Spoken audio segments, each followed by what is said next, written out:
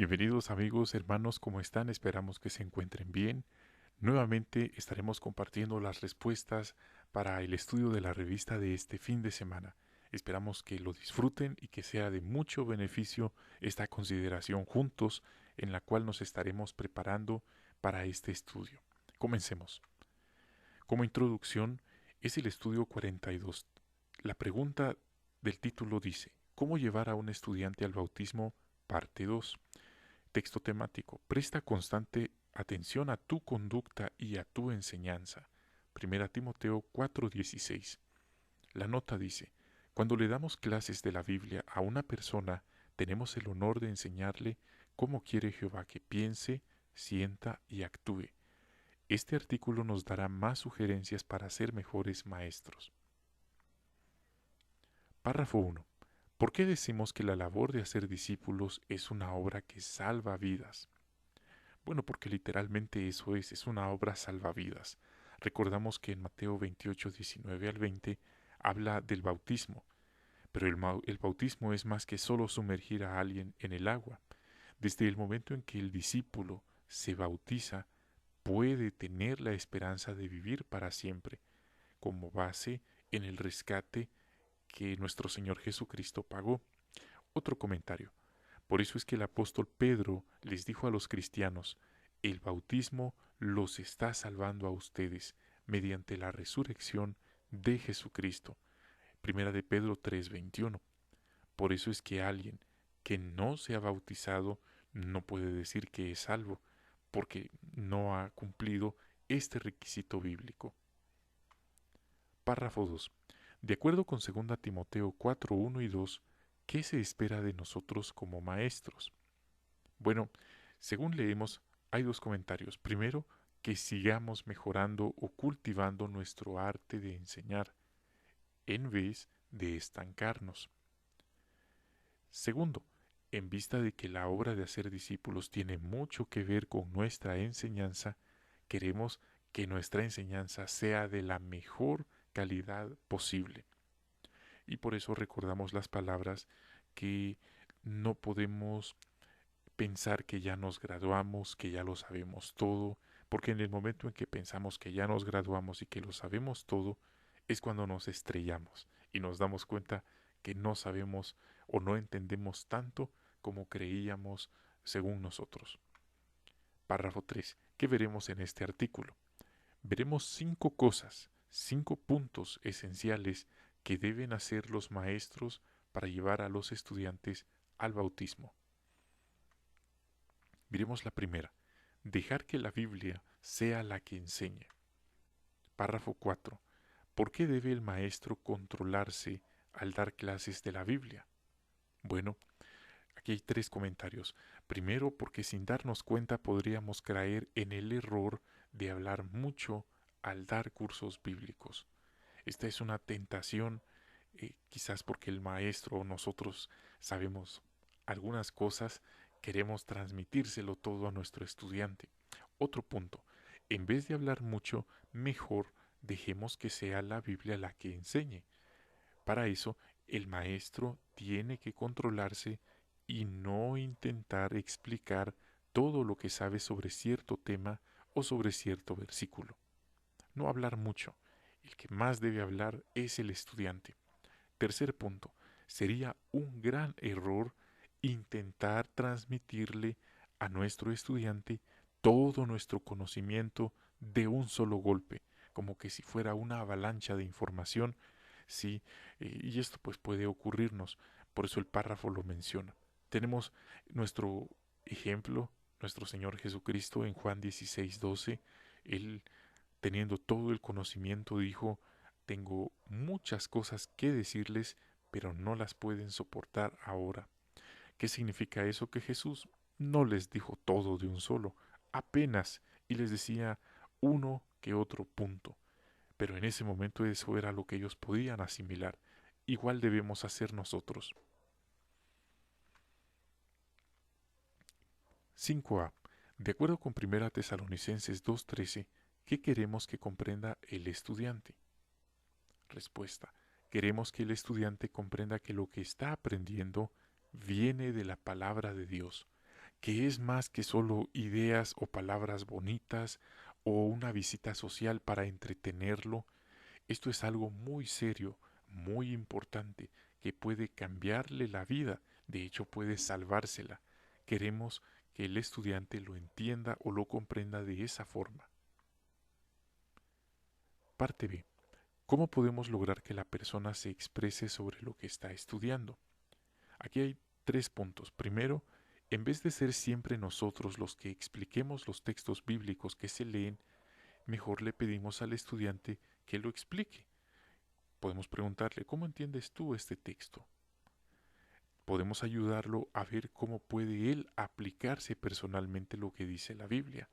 Hagámosle preguntas para guiarlo, para ayudarle a expresar lo que piensa y lo que siente sobre los versículos que lee. Vemos en Lucas 10, 25 al 28 el ejemplo de nuestro Señor Jesús cuando le preguntaron sobre cómo heredar la vida eterna, pues Él no les dijo, bueno, tienen que bautizarse, tienen que poner fe en mí, tienen que salir a predicar y así por el estilo. No, Él respondió con otra pregunta.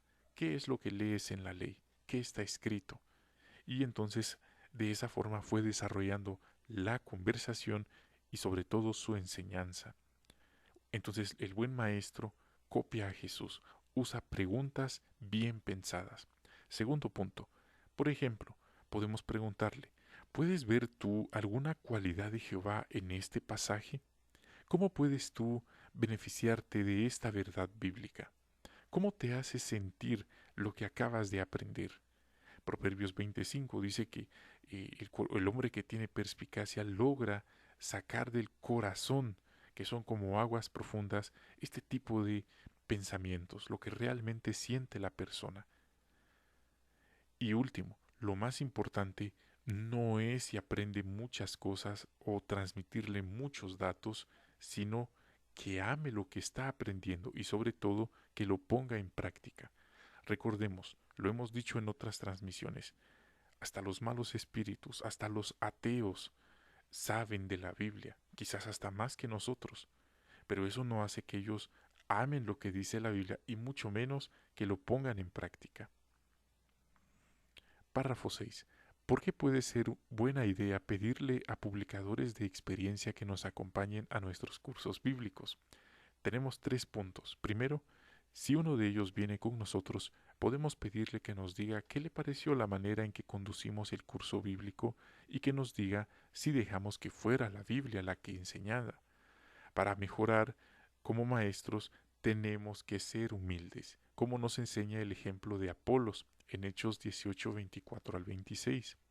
Dice el relato que él conocía muy bien ciertos puntos de las escrituras, sin embargo le faltaba algo. Así que Priscila y Áquila lo tomaron con ellos, le explicaron, por así decirlo, lo actualizaron y pues Apolos fue humilde y esto complementó lo que él ya sabía. Esto es muy interesante, él fue humilde. Vemos que en el territorio muchas personas nos decían antes que por qué no íbamos a predicarle a los que no sabían nada de Dios, a los que no tenían religión, pero vemos que ese es orgullo y es ese orgullo el que puede cegarnos a nosotros también y creer que ya no necesitamos mejorar. Debemos cuidarnos mucho de ese orgullo. Segundo, también podemos preguntarle al estudiante si cree que está entendiendo o captando lo que está estudiando. Tercero, nunca pensemos que el estudiante es nuestro y que nadie puede sustituirnos. En otras palabras, no queremos ser orgullosos y sentirnos irreemplazables. En realidad nadie es irreemplazable en la congregación. A fin de cuentas, queremos lo mejor para nuestro estudiante y que nada detenga su progreso. Allí vemos la imagen. La hermana pidió a una hermana de experiencia que la acompañara. Sí, vemos que la hermana está cometiendo el error de hablar mucho. Quizás está narrando algo, pero luego, después del estudio, la hermana experimentada le da algunas sugerencias bondadosamente a la hermana, a la maestra, para que hable un poquito menos. Entonces ahí se ve la humildad, porque alguien orgulloso se va a enojar cuando le den el consejo, y no solo se va a enojar, quizás nunca más vuelva a invitar a esta hermana. Veamos ahora la segunda lección: enseñar con entusiasmo y convicción. Párrafo 7. ¿Qué hará que el estudiante se emocione con lo que está aprendiendo? 2 puntos. Primero, nuestro entusiasmo, nuestra convicción al expresarnos, nuestra actitud positiva. Todo eso es contagioso y lo transmitimos. Sí, lo contrario también es cierto. La arrogancia, el orgullo, la soberbia, la negatividad, la pereza, también se transmiten en la forma de hablar. No es lo que decimos, sino cómo lo decimos. Entonces esa es otra forma en la que también estamos expresándonos. Segundo, quizás podamos contarle cómo nos han beneficiado personalmente los principios bíblicos. Esto va a ayudar al estudiante a ver que también puede servirle lo que está aprendiendo en su vida. Párrafo 8. ¿Cómo podemos enriquecer el curso bíblico y por qué? Podemos contarle al estudiante experiencias positivas de nuestros hermanos que han superado problemas parecidos a los que él tiene. ¿Podría beneficiarse del ejemplo de algún hermano de la congregación? Bueno, podemos pedirle entonces a tal hermano o hermana que nos acompañe. Siguiente. También podemos usar experiencias animadoras de la serie La Biblia les cambió la vida. Estas experiencias están en jw.org. Oye, hay una experiencia que me recuerda a esto que te acaba de pasar. O hay una historia de un hermano que vivió algo parecido a lo que tú estás pasando. Y podemos entonces usarlo así como un puente y compartir esta historia. Párrafo 9. ¿Qué podemos hacer para animar al estudiante a hablar con su familia y amigos de lo que está aprendiendo? Bueno, no presionarlo, pero tampoco queremos que no mencionarlo. En realidad es algo muy sencillo como decirle, ¿cómo le explicarías este punto a tu familia? ¿O qué texto usarías para explicarle esta idea a un amigo? Esta es una manera de preparar al estudiante para que se convierta en maestro. Otro punto. Podemos preguntarle si conoce a alguien que esté interesado en aprender de la Biblia. Si nos dice que sí, contactemos con la persona lo antes posible y ofrezcámosle un curso bíblico. Tenemos el video ¿Cómo son nuestros cursos bíblicos? Y ahí vemos la imagen. La hermana está compartiendo una experiencia que encontró en JW, en la aplicación específicamente. Aparentemente es un video que analizamos en la reunión de una hermana que su esposo no era testigo y se lo está mostrando a su estudiante. La hermana que comentó que trabajaba mucho en un restaurante, pero que al final su ejemplo dio un buen resultado. Entonces, ahí está. Durante el curso la estudiante aprende a ser mejor esposa y luego le cuenta a su esposo lo que ha aprendido. Parece que él simpatiza con lo que ella le está comentando. Veamos la tercera técnica: animar al estudiante a hacer amigos en la congregación. Párrafo 10. ¿Cómo puede el maestro imitar el buen ejemplo que dio Pablo según 1 Tesalonicenses 2, 7 y 8? 2 puntos. Primero, siendo amigo de su estudiante. Esto es más que solo llegar, sentarse, hacer una oración, hacer unas preguntas y retirarse. Ser amigo del estudiante, interesarse personalmente por él, ayudarle también a encontrar amigos verdaderos dentro de la congregación. Y hermanos, quiero agregar que esto también implica ser honestos con nuestros estudiantes, recordarles, decirles que cuando lleguen al salón del reino van a encontrar un salón o una sala, sí que ahí hay bancas o asientos y que hay un atril en el que se va a poner de pie alguien y nos va a explicar o nos va a hablar de la Biblia, pero por lo demás nuestros hermanos son personas comunes y corrientes, imperfectas, iguales que nosotros, así que no hay razón para esperar que encuentre perfección. Es parte de la honestidad que nosotros debemos tener con nuestros estudiantes. No queremos pintarles, por así decirlo, que la organización es perfecta.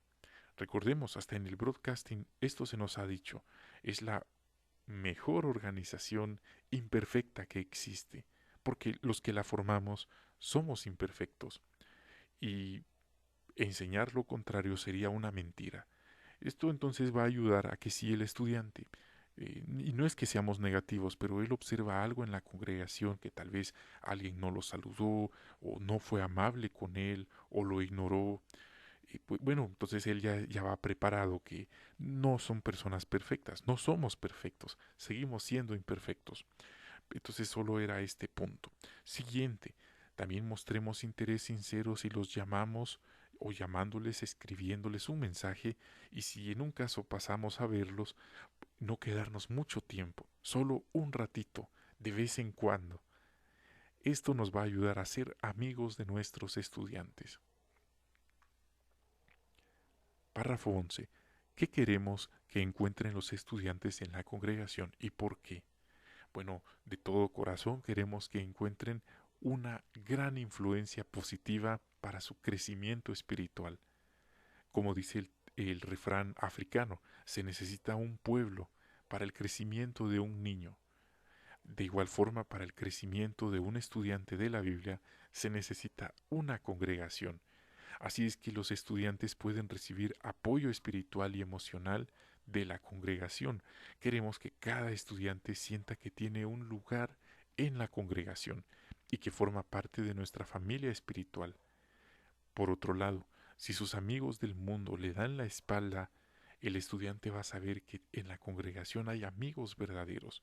Como dice Primera de Pedro 4:4, las personas del mundo se sorprenden al ver que nosotros ya no estamos en aquellos estilos de vida que únicamente nos conducen a la perdición y destrucción eterna. Proverbios 13:20 dice claramente que el que anda con los sabios se hará sabio, y en la congregación hay muchos sabios que serán una excelente influencia para nuestros estudiantes. Y ahí vemos la imagen. Se animó a la estudiante a llegar a la reunión y no solo llegar, a ser amigos también. Luego la estudiante y su esposo pasan un rato agradable en casa de una de las hermanas que ella conoció en el salón del reino. Y llama la atención que ahí está el esposo. Se dan cuenta que son personas normales, no son personas perfectas. También son personas que sonríen, que les gusta comer, que les gusta pasar tiempo juntos, personas razonables, personas dispuestas a invitarlos a tomar una merienda en su casa. Eso es muy importante también. Miremos ahora el cuarto punto, recalcar la meta de la dedicación y el bautismo. Párrafo 12. ¿Por qué debemos hablar con el estudiante sobre la dedicación cristiana y el bautismo? Bueno, el párrafo destaca que no deberíamos sentir miedo de mencionar estos puntos. Después de todo, nuestra meta al dar clases bíblicas es ayudarlos a que se dediquen y se bauticen para que le sirvan a Jehová con nosotros. Por eso es importante comentarlo, no esconder ese tema. Párrafo 13. ¿Qué pasos da el estudiante para llegar al bautismo? Bueno, el párrafo hace eh, un interesante resumen. Primero llega a conocer y amar a Jehová y pone su fe en Él, y no solo en Él, también en Jesucristo, como dice Juan 3:16 y Juan 17:3. Para tener la vida eterna es importante conocer, amar a Jehová y también a Jesús. Y Juan 3:16 dice claramente poner fe en Jesucristo. Segundo, hacerse amigo de Dios y también de los hermanos de la congregación. Y esto incluye las reuniones, como dice Hebreos 10:24 y 25, Santiago 4:8. Tercero, dejar de hacer cosas malas y arrepentirse de sus pecados. Cuarto, mientras su fe lo impulse a hablar con otros de la verdad de la Biblia. Y por último, se dedica a Jehová y se bautiza en símbolo de su dedicación. Estos son de una forma sencilla los pasos que debe dar el estudiante para llegar hasta el bautismo. Y ahí lo vemos. La estudiante sincera de la Biblia dio aquellos pasos para llegar hasta el bautismo.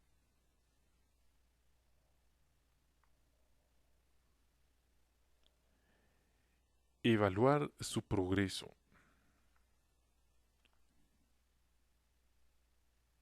Evaluar su progreso cada cierto tiempo. ¿Cómo puede el maestro evaluar el progreso de un estudiante? Bueno, el párrafo destaca observando con paciencia los puntos positivos en el estudiante. Es verdad, ellos tampoco son perfectos, son imperfectos igual que nosotros. Así que no es correcto adoptar una actitud crítica. Queremos ser positivos. Y otro punto, tarde o temprano tendremos que averiguar si la persona realmente desea servirle a Jehová o no. ¿Se ve que se esfuerza por obedecer los mandatos de Jesús o solo estudia porque le parece interesante aprender sobre la Biblia? Para esto vamos a tener que ser observadores, que plantear preguntas con tacto y amabilidad, pero también con firmeza, como por ejemplo, ¿qué piensa de lo que aprendimos hoy? ¿Qué le parece? Y entonces una pregunta tan sencilla pues nos hará ver lo que la persona dice. Algunos comentan a veces, bueno, únicamente estoy aprendiendo para ver en qué termina este estudio, pero yo nunca me haría testigo de Jehová o yo nunca me convertiría en su religión. Pues ese tipo de respuestas son determinantes para saber lo que hay en su corazón. Y no lo vamos a criticar por ello. Simplemente tendremos un mejor diagnóstico de su estado espiritual. Párrafo 15. ¿Qué cosas demuestran que un estudiante está progresando? Por ejemplo, si se está expresando con los demás y sobre todo al recibir su estudio sobre lo que siente por Jehová, es seña de que realmente le está llegando al corazón. ¿Le ora a Jehová? Es verdad, no va a orar en el estudio bíblico, pero puede comentarnos si ha estado orándole a Jehová. Puede comentarnos si ha estado leyendo la Biblia, si le gusta hacerlo. Observaremos si asiste a las reuniones o si realmente no le interesan las reuniones. ¿Está haciendo cambios que sean necesarios en su vida? ¿Cómo le va predicándole o hablándole a otros como su familia y amigos de lo que aprende? Pero por encima de todo, ¿quiere realmente ser testigo de Jehová? Pues estas preguntas nos demuestran si está progresando. 16. ¿Cuándo sería recomendable dejar de darle clases bíblicas a alguien? Bueno, preguntémonos. ¿Se prepara para cada sesión? ¿Tiene interés en asistir a las reuniones? ¿Ha dejado las malas prácticas? ¿Se ha salido de la religión falsa? Si la respuesta a estas preguntas es no, seguir dándole clases de la Biblia sería como empeñarse en enseñar a nadar a alguien que no se quiere mojar. Por eso, si vemos que ni siquiera ha asistido a la conmemoración, sigue celebrando la Navidad, sigue asistiendo a la religión falsa, no tendría sentido pasar al segundo libro al ver que no está progresando. Párrafo 17. ¿Qué debe hacer el maestro de la Biblia a fin de prestar constante atención a su enseñanza, como dice 1 Timoteo 4:16?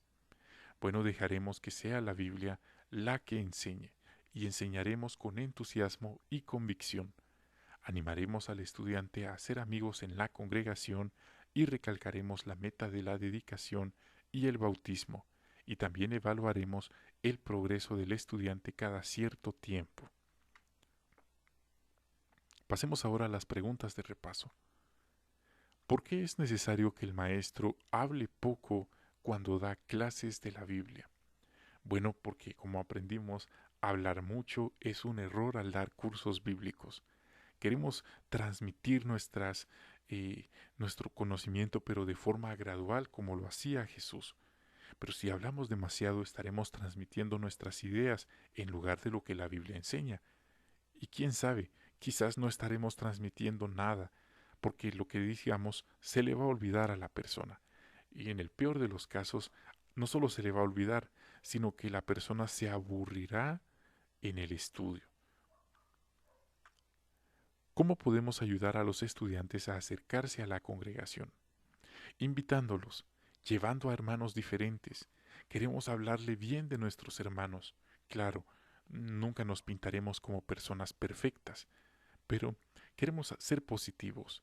Queremos hacer que nuestros estudiantes se sientan bienvenidos en la congregación y presentarles a nuestros amigos. ¿Por qué no debemos tener miedo de recalcar la meta de la dedicación y el bautismo? Porque en realidad, hermanos, ese es el propósito del estudio bíblico. Si la persona ya lleva unos meses estudiando de manera regular y ha empezado a ir a las reuniones, debe entender que el propósito del curso es ayudarla a hacerse testigo de Jehová. Queridos hermanos, aquí finaliza esta consideración. Muchas gracias por habernos acompañado. Les enviamos un gran abrazo. Bendiciones a ustedes, a sus familias, a sus congregaciones y hasta la próxima.